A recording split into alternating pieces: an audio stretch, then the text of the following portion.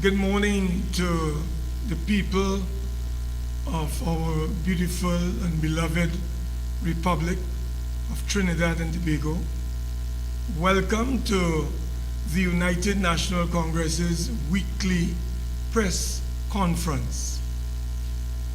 This morning, we will be looking at the subject entitled The Destruction of the Energy Sector and the PNM's role in the destruction of this very important sector in Trinidad and Tobago, particularly over the last 6 years. With me this morning is Senator Jayanti Lakshmi, who will be addressing an aspect of the energy sector, which is dealing and which will deal with the pending decision by the board of Petrotrin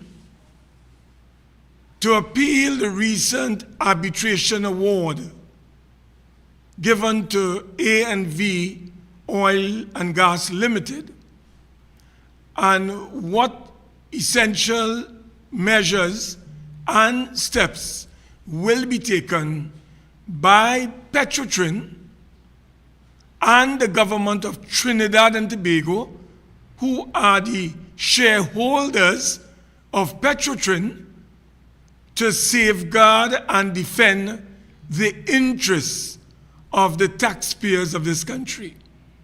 And when she would have been through, I will then address the crisis facing the NGC, the hoax of the century dubbed the liberalization of the fuel market, and a bunkering and marketing license that was given to a company within 1 year of its formation called RH Gas Energy Limited. So without much further ado, may I take this opportunity to introduce our colleague, Sister Senator Jayanti Lakshmi. Thank you very much, Senator Mark, and good morning, everyone. Thank you for joining us this morning. As Senator Mark indicated, we are here to discuss some very pertinent matters involving the energy sector. And particularly, I am going to speak about a little bit about this arbitration judgment given in favor of A&V Oil and Gas Limited.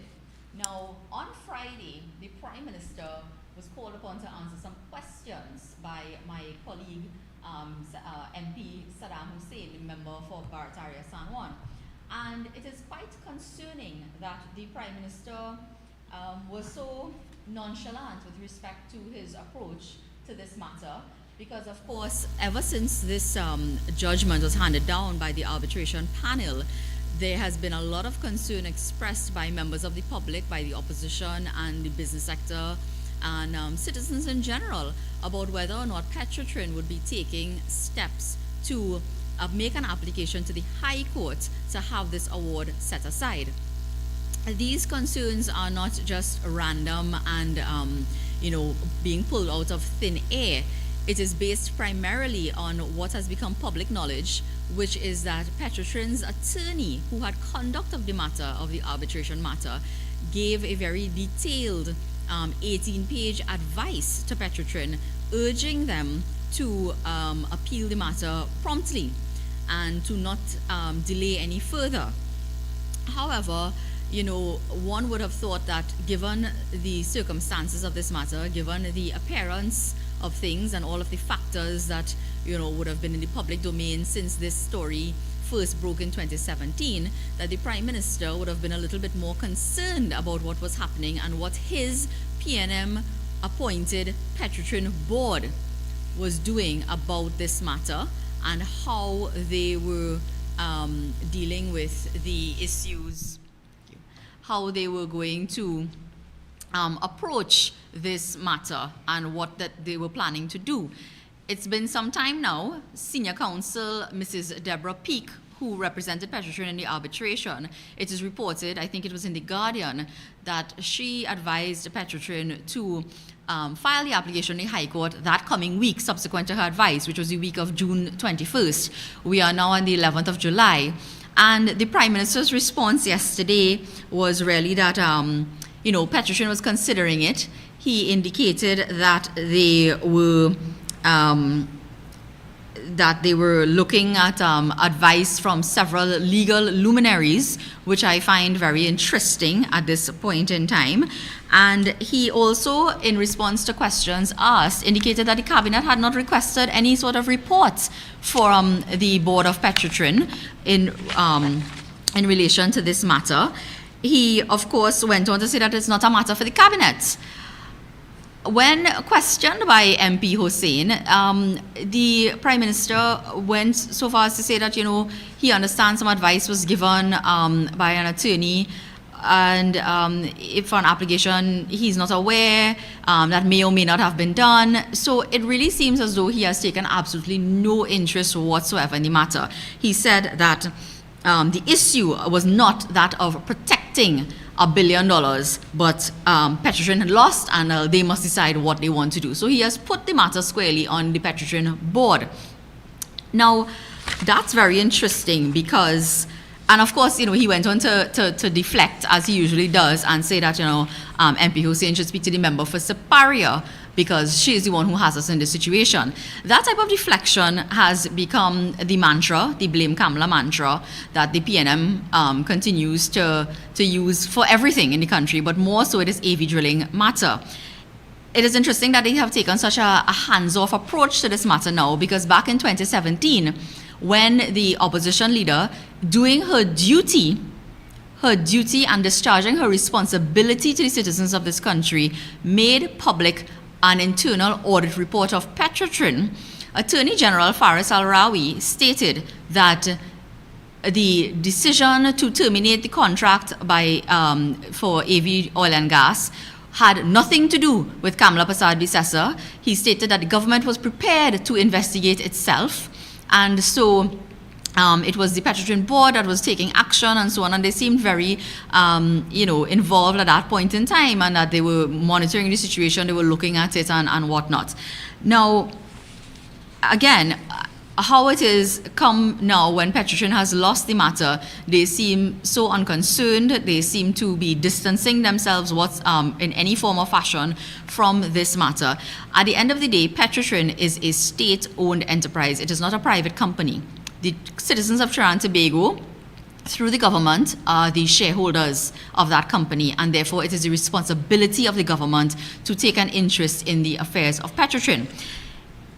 If no application is filed to set aside this arbitration decision, Petrotrin will be called upon to pay $84 million of unpaid invoices to ANV.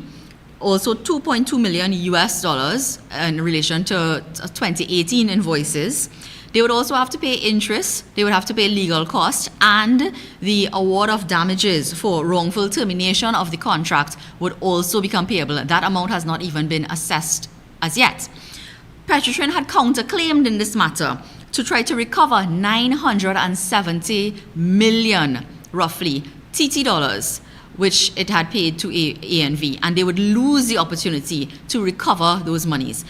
We have to stop and consider what would be the impact on the financial stability of Petrotrin, which is now part of Trinidad Petroleum Holdings Limited.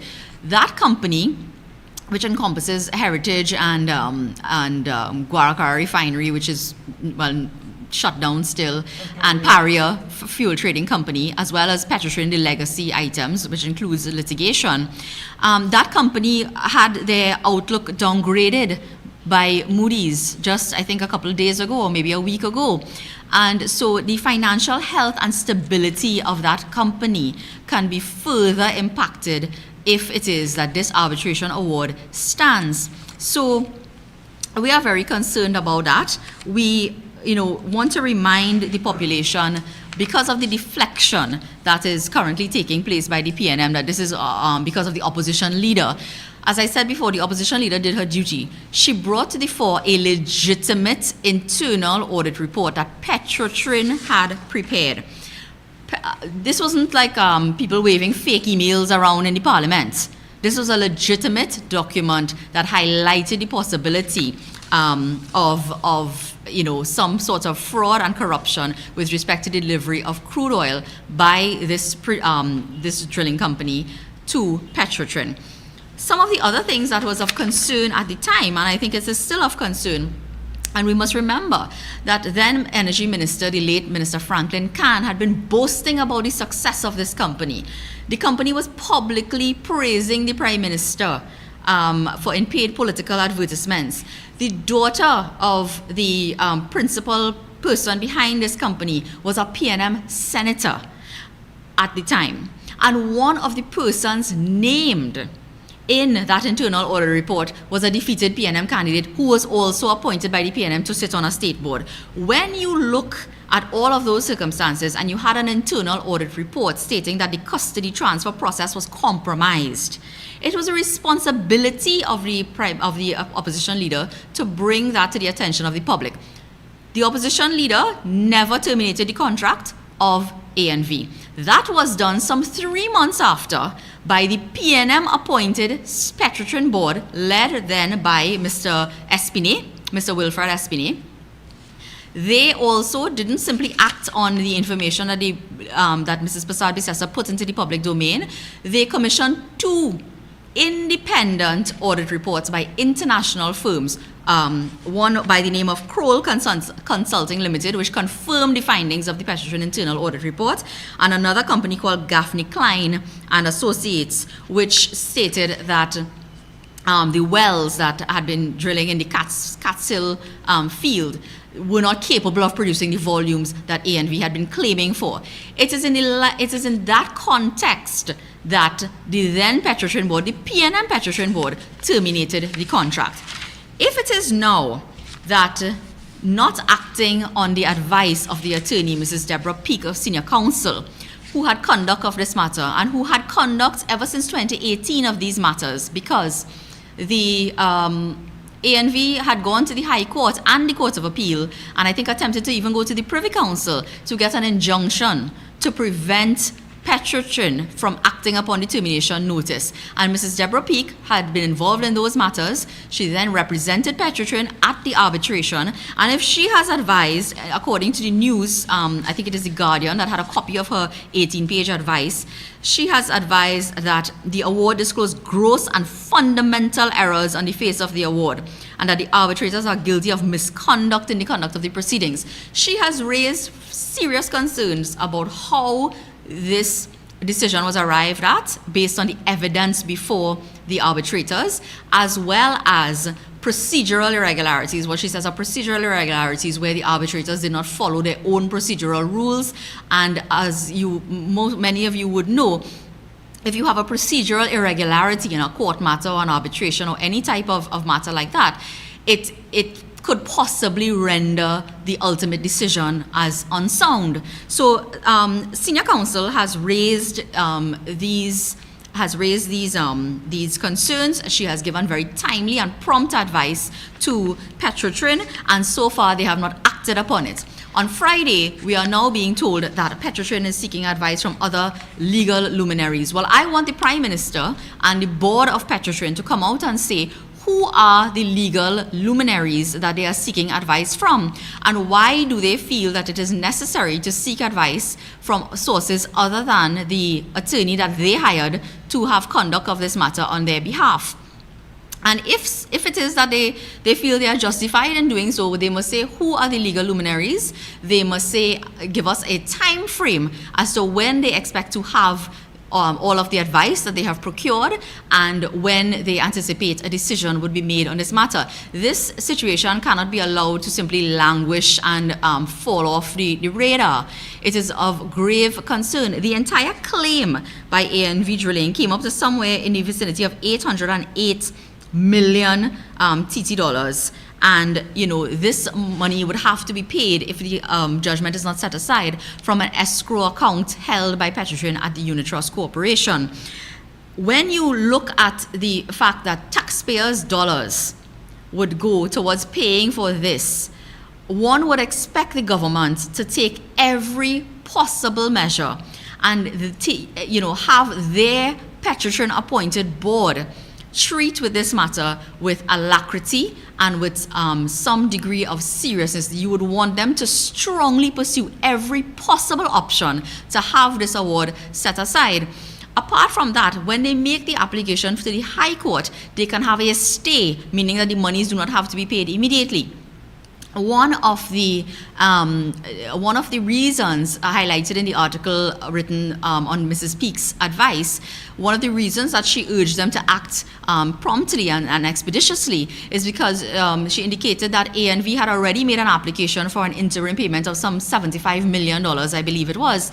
Now, as it stands, if no action is taken by Petrotrin, are they going to pay the $75 million interim payment while they are sitting and deciding? And they must come clean and tell us now how many requests or what is the total quantum of requests being made for interim payments by ANV? Have they approved any of those payments? Because as it stands, the Prime Minister is saying that people who have applied for salary relief grants and income supports during this pandemic may or should get their payments by the end of the year. But it seems like ANV would be getting their payments before these people who are lining up for hampers and being called greedy by the PNM government. And that is of grave concern to us. We are not at all impressed by the hands-off and nonchalant approach that this government is taking. They seem very unconcerned about the amount of taxpayers' dollars that, as we say in local parlance, jumping up at the moment. And we want to know what they are going to do about it. I want to end by saying one thing. This is reminiscent of the matter involving Mr. Malcolm Jones and the WGTL matter.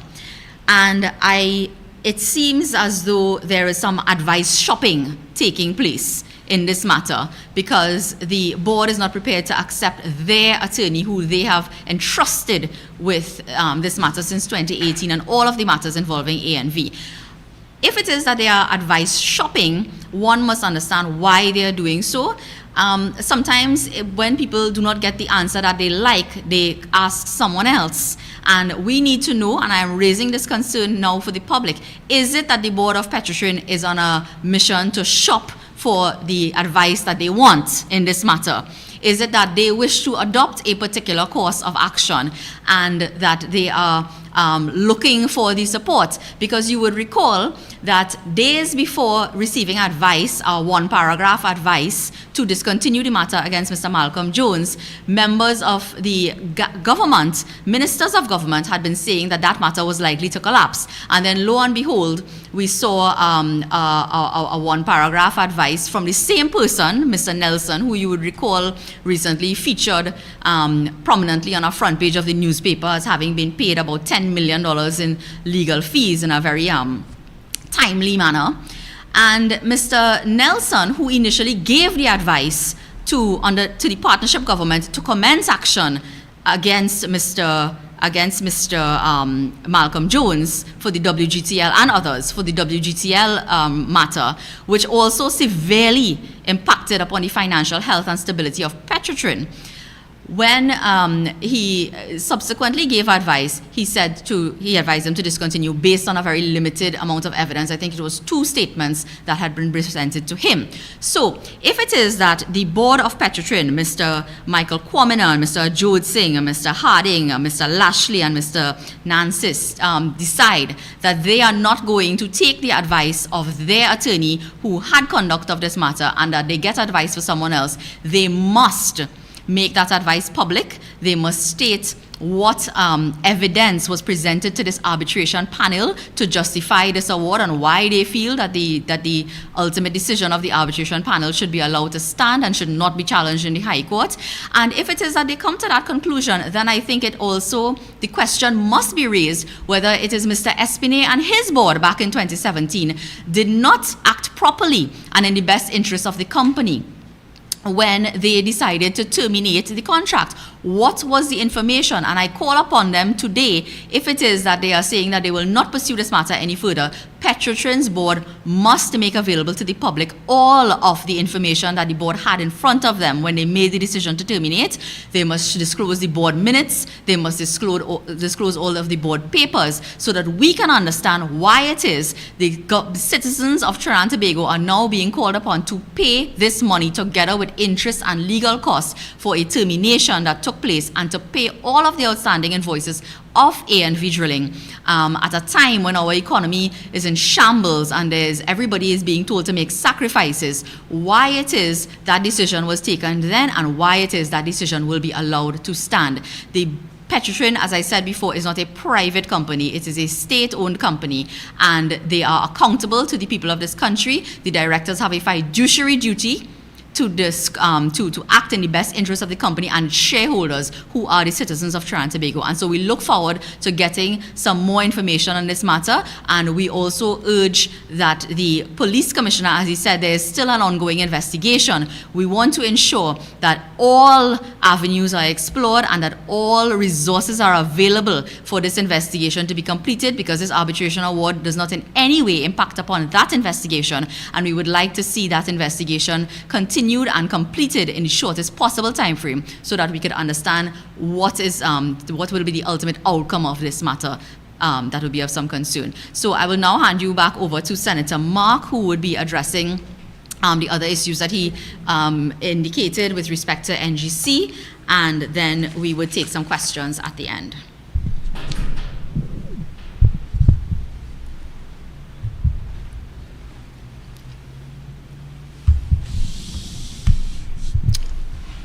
Thank you, Sister Senator Jayanti Lakshmidial. I would like to begin my presentation with a quotation from the current Prime Minister when he occupied the office of Leader of the Opposition. And he stated, and I quote, "Anytime a government resorts to blaming the opposition for its failure to deliver on their responsibilities to the people, it is a clear sign that they have accepted that they have outlived their usefulness." Ladies and gentlemen, this blame game must be exposed for what it is. It is a clear confession on the part of the Prime Minister and his gang, really to avoid what is called responsibility.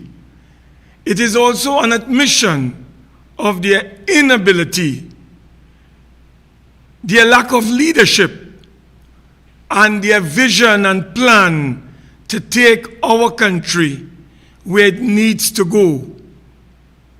And that is why this blame Kamla, blame the UNC. After 6 years in government, that is the mantra of the PNM. Brothers and sisters, only the truth shall set us free. No amount of lies, half-truths, falsehoods, distortions, or distractions will escape this corrupt PNM oligarchy from its responsibility to the population of this country. This PNM government has continued its sheer brutality and battering of our citizens.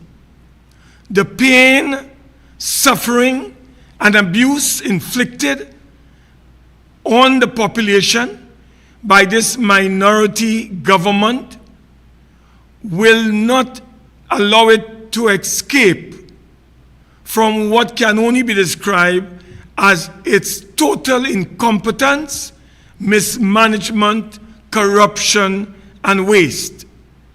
The government has indicated its intention to raise gasoline prices, especially diesel, for the fourth time if we allow them to do so. They have also indicated that they wish to increase electricity rates, water rates, reintroduce or introduce property tax, and of course increase the retirement age from 60 years to 65 years, claiming that people are living too long. And brothers and sisters, when confronted with the reality of the imminent privatization of the Port Authority and possibly the sellout of TSTT, you have a Prime Minister who cannot control his rage, and as demonstrated in today's Newsday, he wants the population to give him a break. He buffed the media, and by extension, the people of this country, and called on them, don't talk to me about debts. Don't talk to me about job losses. Don't talk to me about people being hungry and starving. Give me a break. That is the Prime Minister of Trinidad and Tobago. No sensitivity to the suffering of the people. A lack of empathy and compassion for the people of our country. And he wants us to give him a break. Well, we have news for you, Mr. Prime Minister. You will not be given any break. You will be held to account for the financial losses of the National Gas Company. You will be held account for the investment of close to $300 million in Train 1 with no returns and with no possibility in sight of Train 1 coming back on stream. Yes, Mr. Prime Minister, you will not be given any break by the people as you seek to impose more pain, more suffering, more hardship, more brutality, as you seek to impose new prices for gasoline, whether it is premium, super, or diesel. That is what you want us to give you a break. You want us to give you a chance. You don't want to be accountable to anyone. And there will be no break for you, Mr. Prime Minister, as it relates to this decision in 2019, April, to grant a bunkering and marketing license to a company called RH Gas and Energy Limited. You will have to account to this country as to the rationale and the reasons behind giving a fly-by-night company formed in June of 2018, some 6 months before the closure, the shutdown of Petrotrin, how this company was granted within less than 1 year a bunkering and marketing license. So let's deal with NGC and its losses. And you want a break? You have to account. You must take responsibility for the sellout of our patrimony to the multinational energy companies when you sat and dined and had a good time in Houston, Texas, with one young Stuart Young. It is your irresponsible misnegotiations with the energy giants, EOG and BPTT, that has led to the collapse and to the major losses, I should say, that the NGC is currently experiencing of $2.1 billion for fiscal year or financial year 2020. It was you, Mr. Prime Minister, who negotiated and you boasted. It is on the parliamentary Hansard. We have you on tape and video boasting that you concluded those agreements with EOG and BPTT. You know what price was on the table, Mr. Prime Minister, and you were conscious of it? The NGC was willing to increase to upstreamers per MMBTU $3.10. That was where the NGC wanted to go. The upstreamers were calling for $3.15 or $3.50 US per MMBTU. But when you arrive in Houston without any advisors, without any technocrats, you negotiated and you concluded a gas price which was later imposed on NGC of US $3.50 per MMBTU. Let me repeat. Maybe you were opening your fridge, Mr. Prime Minister, and you didn't hear me. Our information revealed that you concluded at the expense of Trinidad and Tobago, at the expense of Point Lisas, at the expense of NGC, at the expense of the taxpayers, a gas price of $3.50 US cents per MMBTU. And you want a break?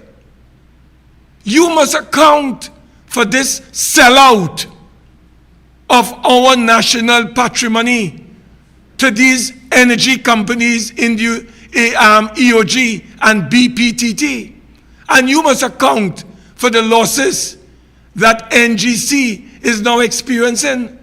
And forget that Stuart Young individual, that misfit. He's a literal caddy boy. Forget him. He is up to his old tricks of misinformation, distortion, disinformation, and a campaign of lies and untruths and innuendos. He knew or ought to have known that the gas price that was negotiated with the Caribbean Chemical Company Limited in 2015 was indexed to natural gas. Nobody anticipated that you and the Prime Minister would have gone to Houston, Texas and sell out the national interests. And now we have NGC, the flagship company of our country, reeling with losses. And you come to this country and to tell and to spew lies when you know that you were responsible for what has happened in Houston, Texas. We challenge you to tell us what was the price that you agreed upon. Our information is that you agreed upon a price of $3.50 US cents per MMBTU, when National Gas Company was only able to afford $3.10. That is 40 US cents above what NGC could have afforded. So don't come here and mama guide the population, Mr. Prime Minister, with Stuart Young leading the charge, trying to mislead and distort and distract from the truth. And by the way, Mr. Prime Minister, who instructed the current chairman of NGC, Mr. Conrad Enel, to invest over $50 million US into Train 1, when all the other partners said they would not put in a red cent into that? Who did that? Was it the cabinet? Was it your good self as the chairman of the Energy Subcommittee? Well, somebody has to account for the $300 million investment that ain't coming back. We have lost that forever. We will not retrieve that. And train 1 will not come back on stream for a pretty long time. And you know this. So it is clear that the government of Trinidad and Tobago, led by the Prime Minister, Dr. Keith Christopher Rowley, is the one, the Prime Minister is the one responsible directly for the madness that has taken place at NGC because of the misnegotiations that took place in Houston, Texas in 2017. And those prices took effect in 2019. You are scampering right now to have those prices renegotiated. I do not know how successful you are going to be. Now, on to this question of liberalization of the fuel market. Mr. Prime Minister, for the last 18 months, the price of crude oil was extremely low. The world, the global community was in a lockdown. There was not a high demand for crude oil during that period. So the price of crude oil was extremely low. Was extremely low. What did you do with the surplus at that material time that you gained from those low prices? Because the subsidy would have been very low or zilch. What did you do with that? Did you put it into the consolidated fund so you can finance your extravaganza? Did you put it into the consolidated fund so you could import 2 Cape-class patrol vessels that the Australian Royal Navy paid $300 million for? 2 vessels, $150 million per vessel, TT. You have bought those same 2 vessels for over $600 million. And you say you want to lead a cabinet and you want to leave a legacy leading a cabinet without corruption? Mr. Prime Minister, you need to account to this country for this $300 million in addition. Australia paid $300 million for 2 vessels. You bought the same 2 vessels for $600 million. So let us deal with reality.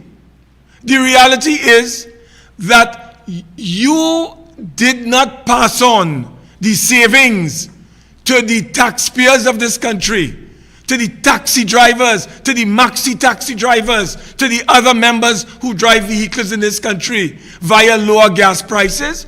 You kept premium prices at the same level. You kept super gasoline at the same level. You kept diesel at the same level for the last 18 months.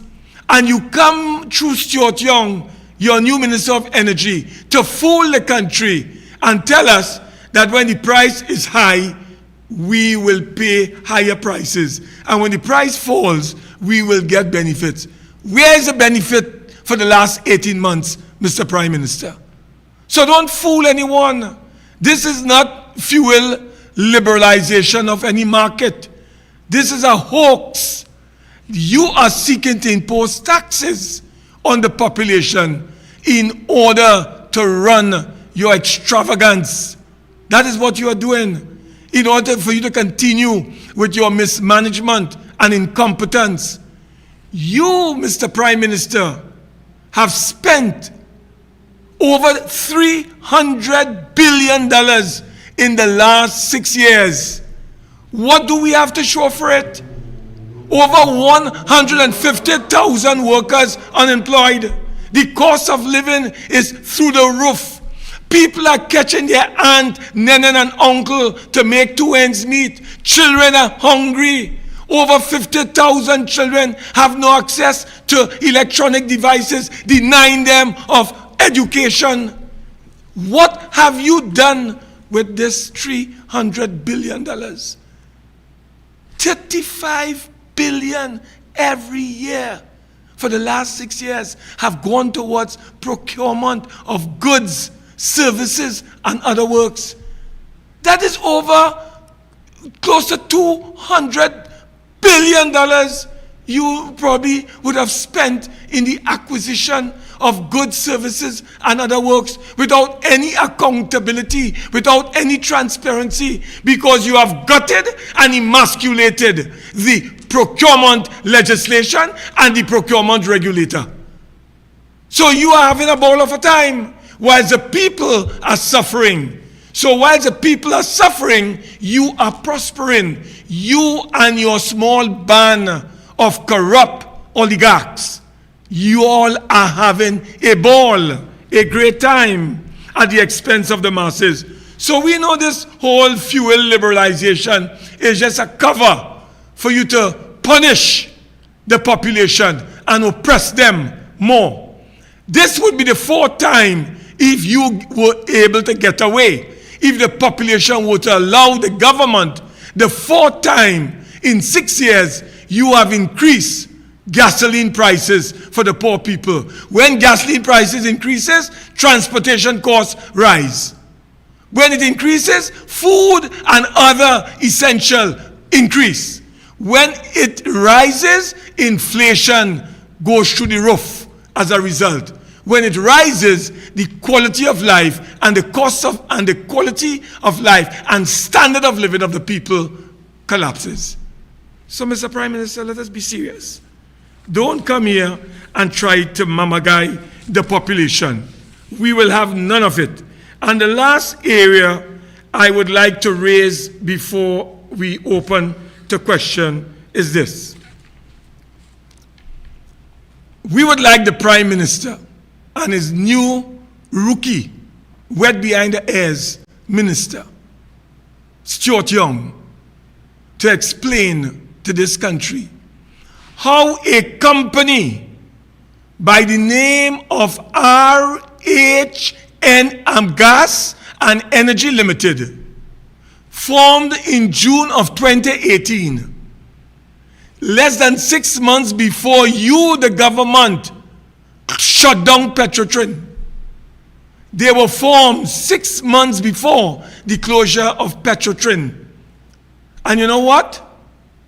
They got a bunkering and marketing license in 1 year. So by April of 2019, this fly-by-night company with no track record of being in the bunkering business got a license which was approved by the Minister of Energy. And Mr. Prime Minister, you as a head of the Cabinet Subcommittee on Energy must have known about this. And if you did not know, then you ought to resign.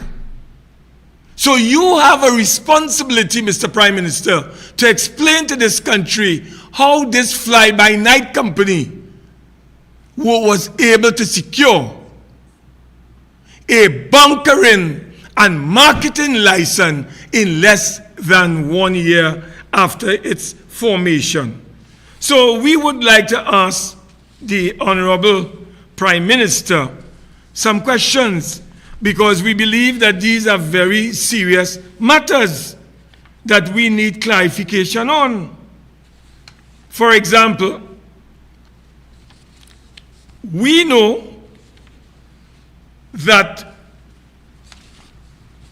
the issuing of a bunkering and marketing license in April of 2019 to an unknown company which was only formed in June of 2018, a mere 6 months before the shutting down of Petrotrin, we have questions that we'd like the Prime Minister to answer, because it begs a lot of questions. We would like to know what role, if any, did the Prime Minister play or contributed in facilitating the granting and approval of this license, this bunkering license, in April of 2019. We want that question answered, Mr. Prime Minister. This is a matter of grave public interest and concern because it entails the exercising of a statutory power in the granting of such a license.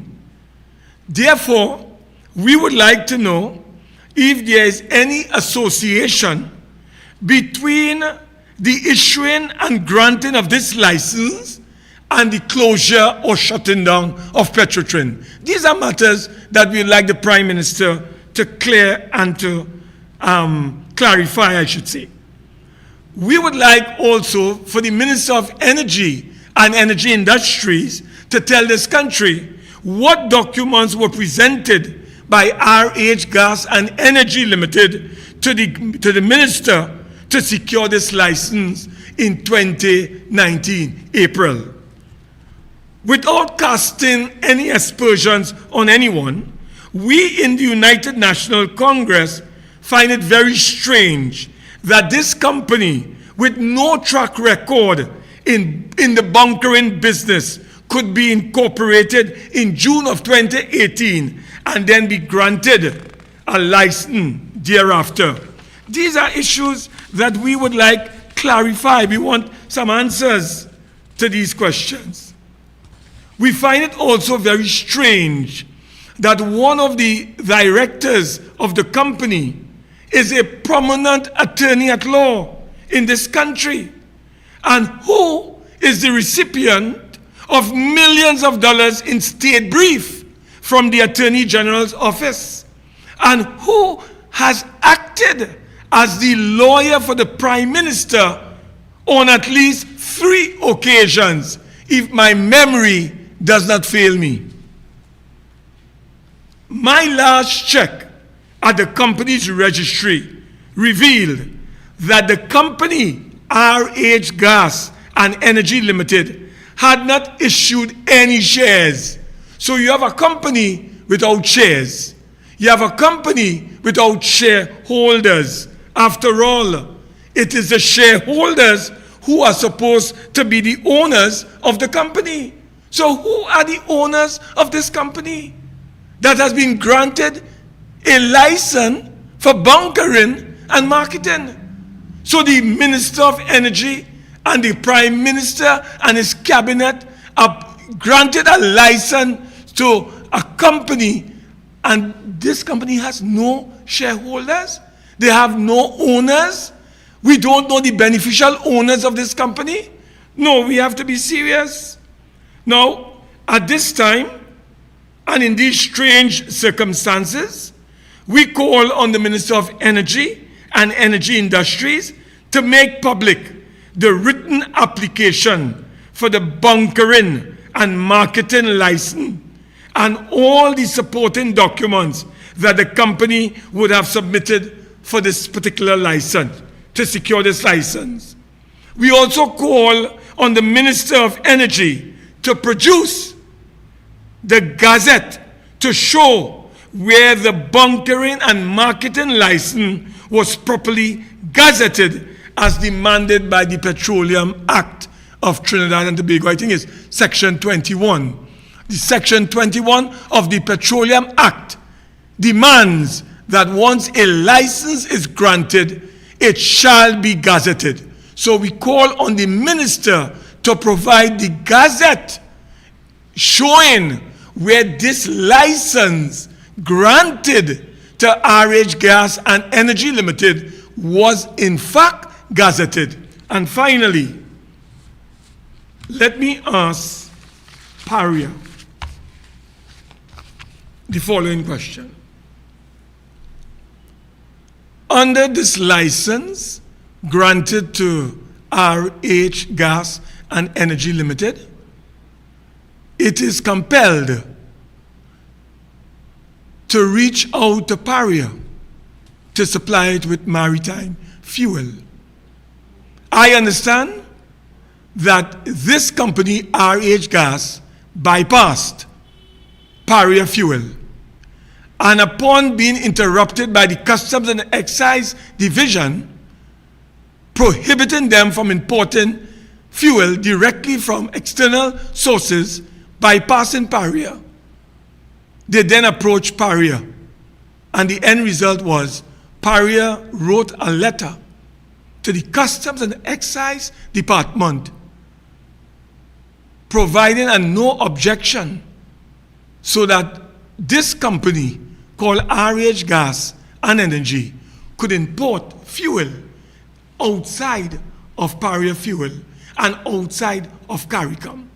So what is taking place is that there's a company called Minerva Bunkering Company Limited, stationed somewhere offside Gulf of Paria, just down Chagaramas, bunkering vessels, providing fuel to vessels, and they had no license to do that.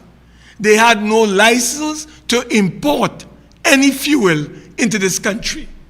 So we would like to get clarification from Paria Fuel, from the Ministry of Finance, Customs and Excise Division, as to whether they issued a no objection letter to this company called RH Gas Energy Limited so that they can import fuel, which to my mind is unlawful and illegal, bypassing Paria, bypassing CARICOM, and importing it outside of Trinidad and Tobago and outside of CARICOM. You want to liberalize, but you have one monopolist, Paria. Nobody else must import fuel. But you have a company, a fly-by-night company, getting a license to import fuel from outside of Paria and outside of Trinidad and Tobago and CARICOM. So, ladies and gentlemen, these are questions we have raised. We need answers. We need accountability. We need transparency. There will be no break for the Prime Minister. The only time we are going to give him a break is when the people of Trinidad and Tobago decide collectively and legally to force new elections so that we can go back to the polls. And when he gets himself removed legally and lawfully through elections, it's a time you will get a permanent break from the people of this country. I thank you very much, members of the media and members of the public. We are now open to any questions you may wish to direct to either Sister Senator Jayanti Lakshmi or myself. Hold on, I have 3 questions. Thank you very much, Senator Mark. We have received some questions. I received a question firstly asking, should the opposition leader shoulder any of the responsibility for the AV drilling fiasco? Well, the answer to that is simply absolutely not. Absolutely not. And the reason I say so is because, and as I said before, the opposition leader did her job in putting a matter out there into the public domain based on a legitimate document. It is time for Keith Rowley, the Prime Minister, and Attorney General Faris Alwari to do their jobs right now and to take some interest in this matter instead of bobbing and weaving and having no real information to give to the Parliament, where he came with the intention of answering a question. The Prime Minister goes just tries to deflect the blame onto the opposition leader, and he has not provided any meaningful explanation to the public, except that, as I said, Petrotrin and the PNM Petrotrin board is out there advice shopping at the moment. That is something that definitely goes straight to the heart of Petrotrin.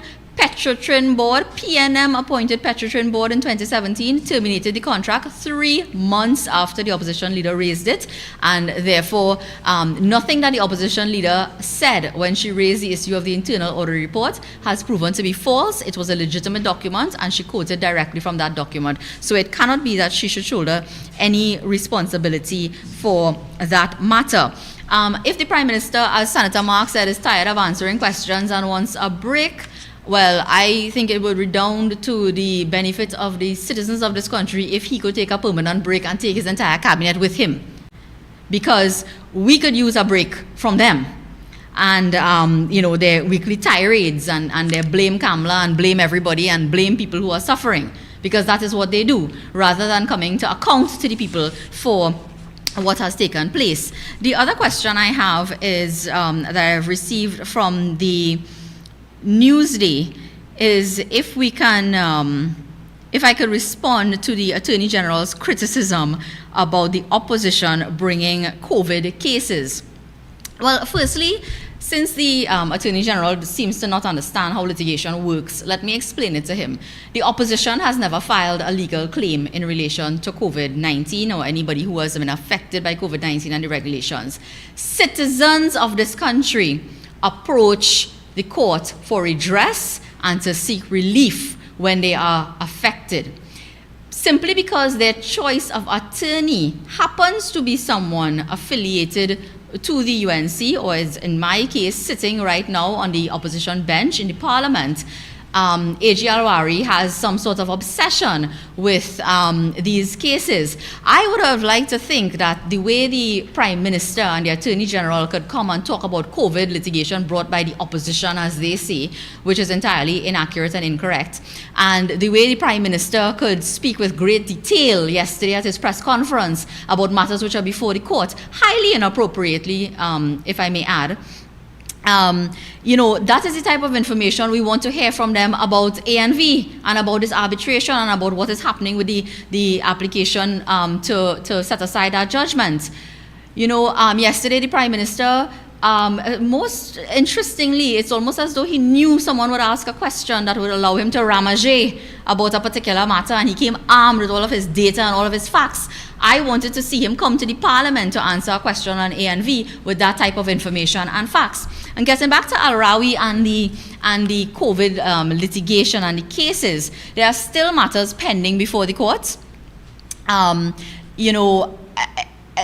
The government focuses on cases not based on the merits of the case, not based on the injustice that the litigant is seeking to have, seek redress for, but on who is the lawyer. Lawyers don't bring cases. Citizens of this country approach the court for redress, and they choose who they want to represent them. It appears that the Attorney General is trying to decry and almost belittle citizens for their choice of attorney, and that is most unbecoming of the titular head of the Bar of Trinidad and Tobago. Instead of hiding behind all of these pricey senior counsel and so on, I find AG Alwari should put on his robes and his bands and come to court. If he thinks that all we do is file losing cases, why doesn't he come to court? Why doesn't he come to court himself and deal with some of these matters? Former AG Anand Logan did it. He represented the state. I think Attorney General Ramesh Lawrence Mirage did so as well, because they had the competence and the capability to do so. And I think instead of criticizing members of the opposition who are practicing their profession for representing the interests of people, that he should come and defend the matters since he has such little confidence in it. I'll issue a challenge to him. Come in, there's a matter that is pending now, a matter where I understand he has been given certain advice, and he should come to court and face us and fight the matter himself instead of paying senior counsel from the taxpayers' monies to do so. And, it is very interesting that he focuses only on litigation being brought by persons who are affiliated to the UNC, when there are thousands of matters brought by identical matters and very similar matters on similar legal issues brought by persons who are apolitical and persons who also belong to the People's National Movement. The type of law that I practice is not representing big business and banks when they go to court to try to sell people's property when they cannot pay their mortgage. That is for other types of lawyers to practice. When people have their rights violated by the state, when they are overlooked for promotion, when they need when poor people need to go to court and seek redress, they come to people like myself, Anand Ram Logan, Gerald Ramdeen, Saddam Hussein, Dinesh Rambali, and the Attorney General has no right to criticize us for the work that we do. And that is my response to him on that criticism. I think Senator Mark has some questions as well, and there's one other question about comments on tax exemptions, but I'll let Senator Mark answer his questions firstly. We have a question from Olive Elizabeth Gonzalez from Trinidad and Tobago Newsday. And the question is, can the opposition give their thoughts on the Prime Minister's announcement on Saturday to lift restrictions on manufacturing, food and retail sectors after almost 2 months? Well, first of all, the United National Congress and our esteemed political leader and leader of the opposition has been for the last few months clamoring, articulating, advocating for the complete reopening of our economy, because we are not only concerned with saving lives, but we are also concerned about saving livelihoods.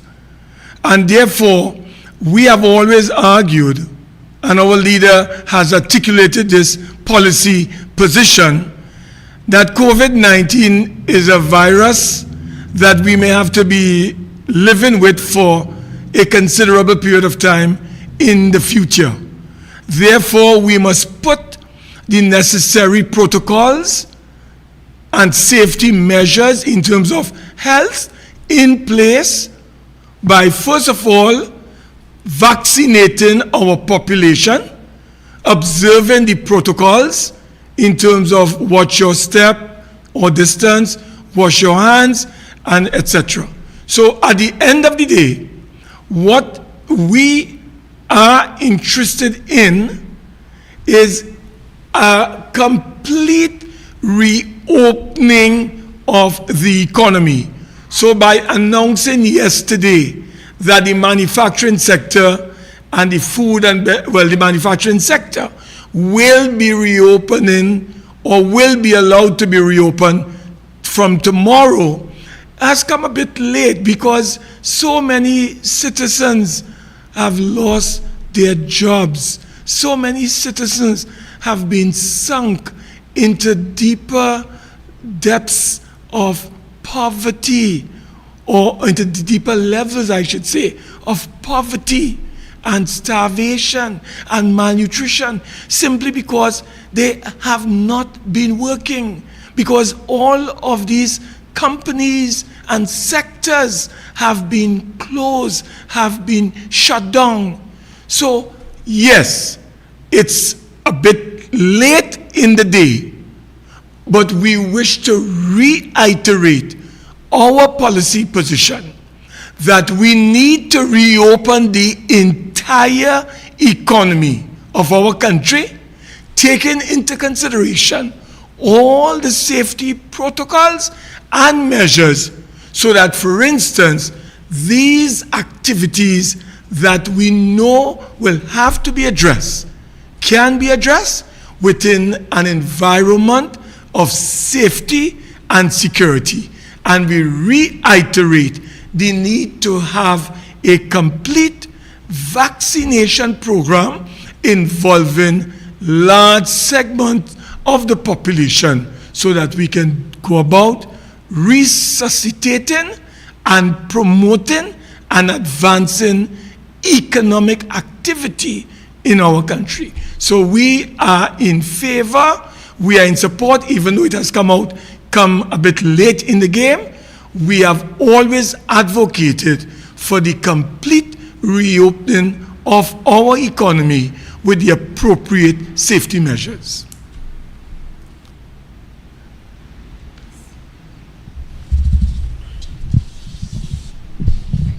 I have one other question here from the Trinidad and Tobago Newsday. Can the opposition comment on statements made by the Prime Minister and Energy Minister on tax exemptions for vehicles for members of Parliament? Well, I comment only to say this.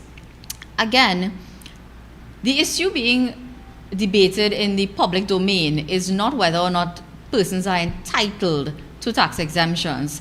It's about the fact that certain ministers, not just MPs or opposition members or public servants who are entitled to exemptions, because as you would know, there are several public servants in Trinidad and Tobago who have different categories of exemptions.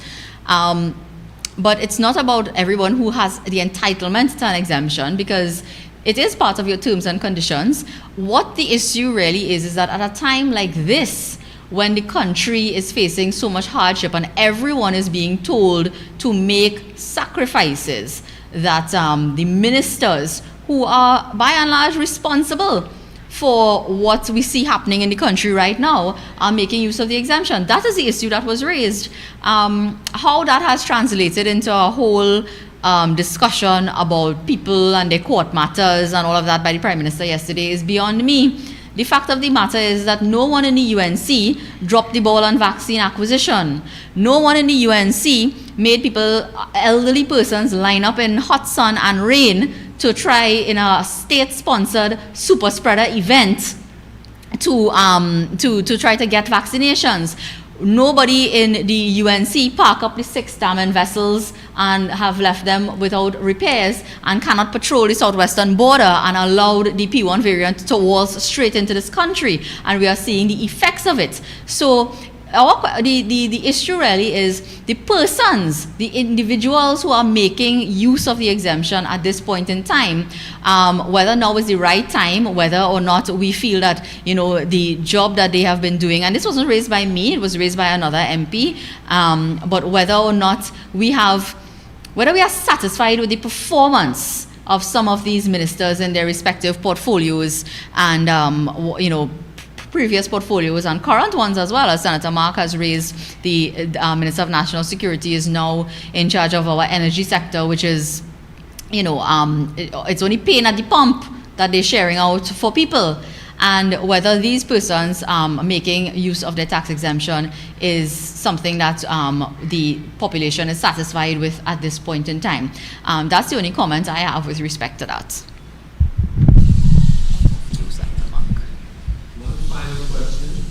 The media, again, Olive Elizabeth Gonzalez from Trinidad and Tobago Newsday.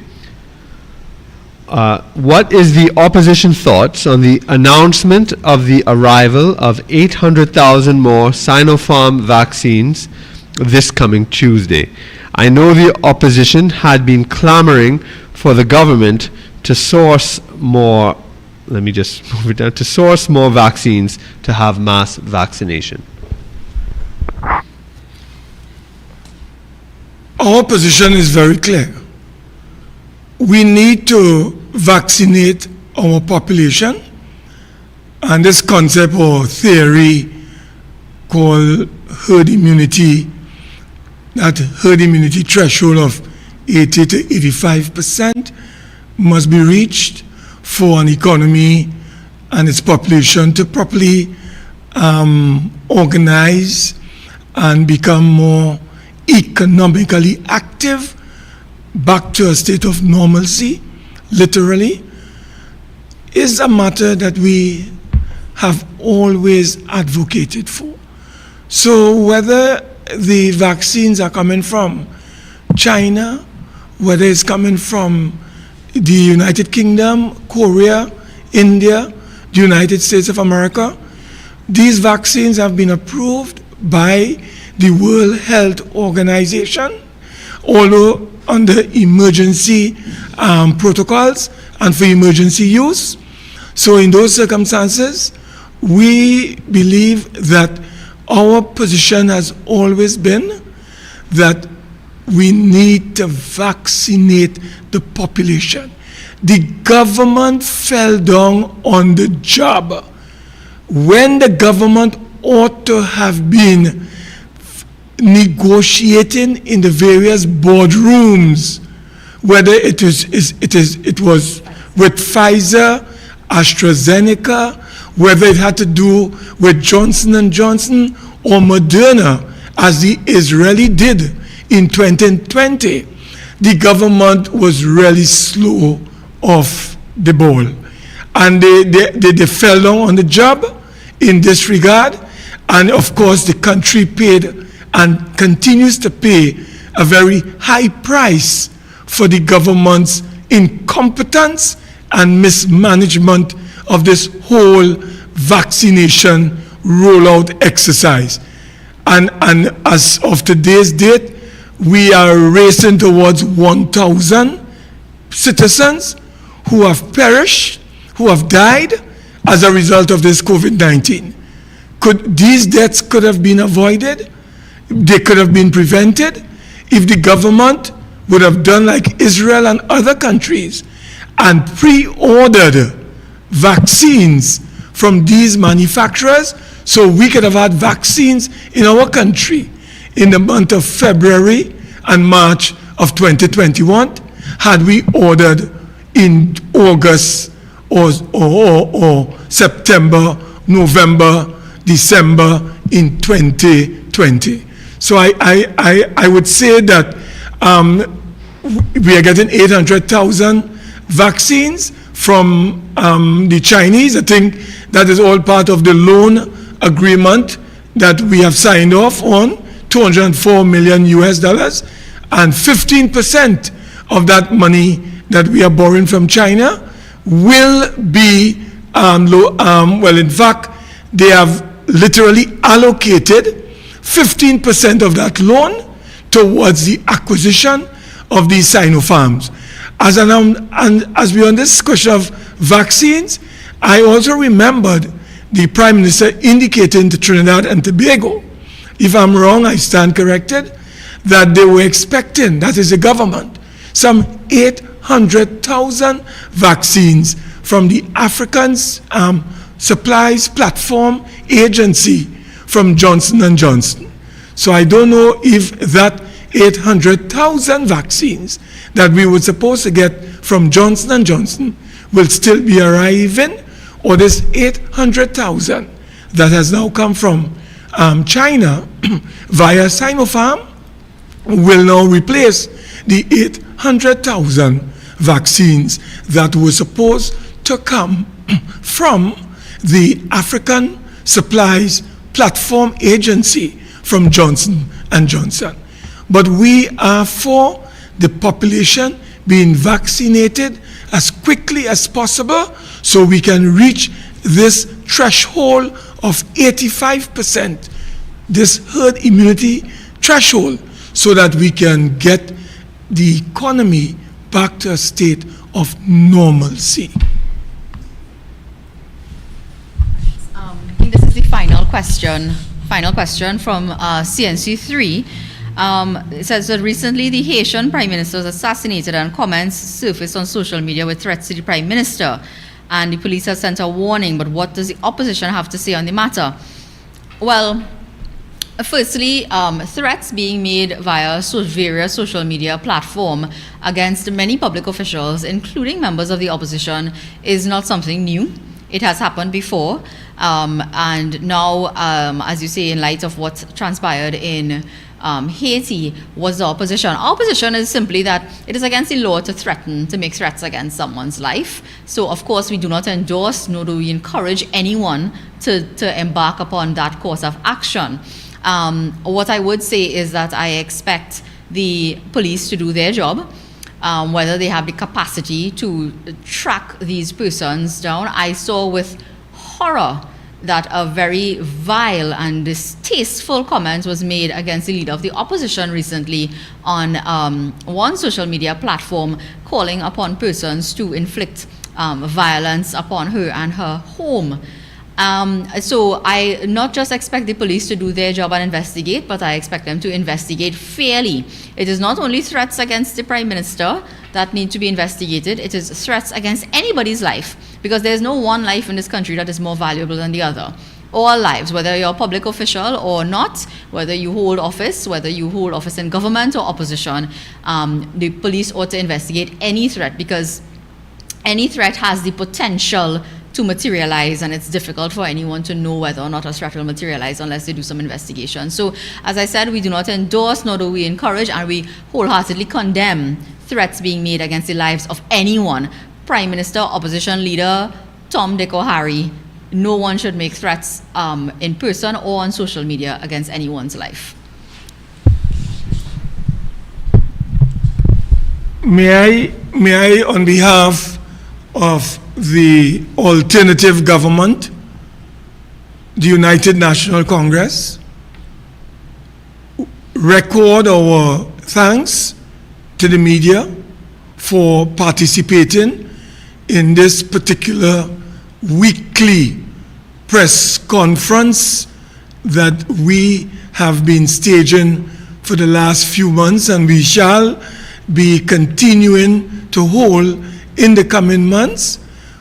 We thank you for participating. The viewers, we thank you for viewing, and we wish to thank you very much for being part of this experience this morning, and we look forward to you joining our team as we bring critical information and issues to the attention of the public as the alternative government of Trinidad and Tobago. I wish to thank you, and may you have a very safe day, a very productive day. Stay safe, watch your distance, and invoke all the health protocols that we have all been following. Thank you and good day.